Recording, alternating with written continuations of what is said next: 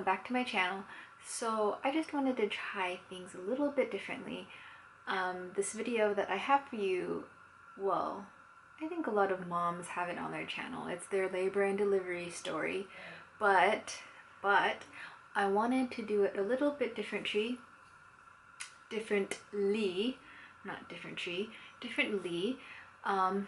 One, because I feel like I have a flu coming on, so I don't feel that good, but also the way that I wanted to present it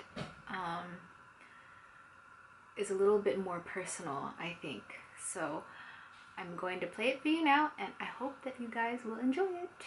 Oh, and by the way, censoring certain parts on video is very difficult, especially if you're a noob like me and have no idea how to use like ScreenFlow and all that stuff.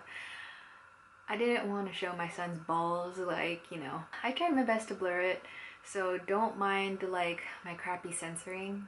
I tried my best. Hi. Hi, that's me, Megan, and I just gave birth, obviously.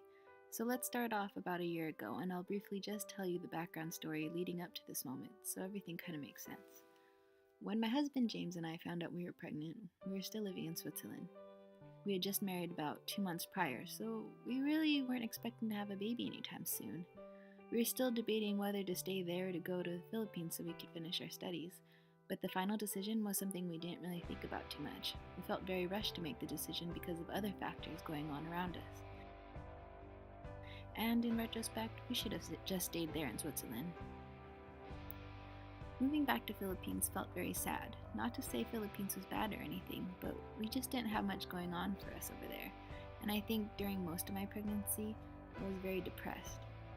I was working part-time and taking care of our apartment while he was at the university trying to finish some classes.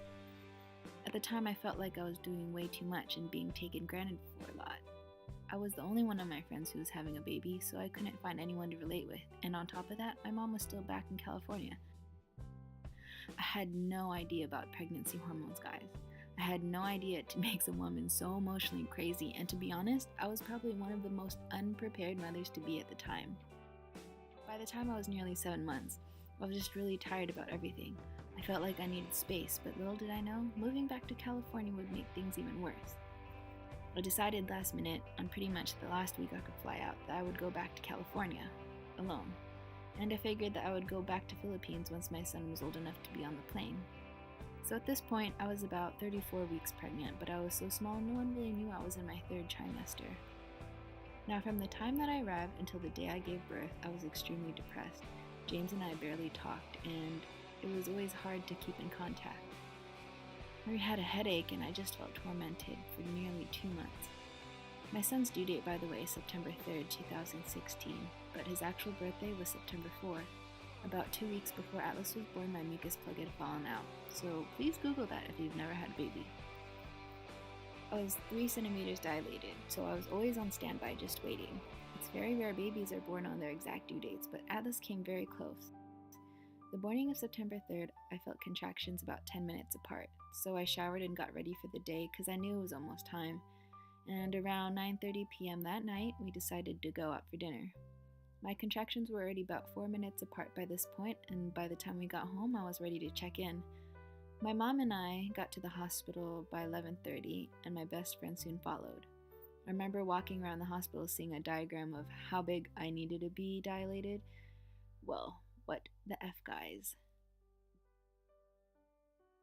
No way. The contractions were so strong, guys, there was no way I was going to give birth without an epidural. But I wanted to wait as long as I could before taking it. The whole time I was thinking of James and why he wasn't anywhere to be found. I was pretty much dying by 4 or 5 a.m., but he finally messaged me, and I felt somewhat at peace.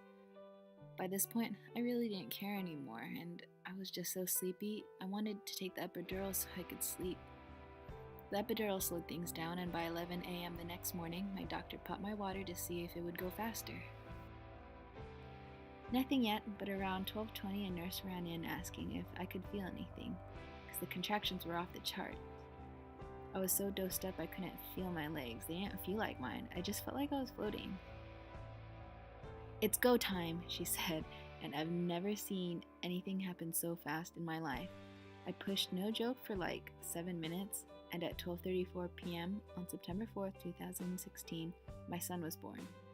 Everything happened so fast, and my whole life changed in just those 7 minutes. Everything I was feeling just kind of disappeared, and I've never loved anything or anyone so much this way until my son was born. So you might be wondering what happened since then. Well, James finally came a couple months later, and life has been a lot better now that we're all together. A lot better.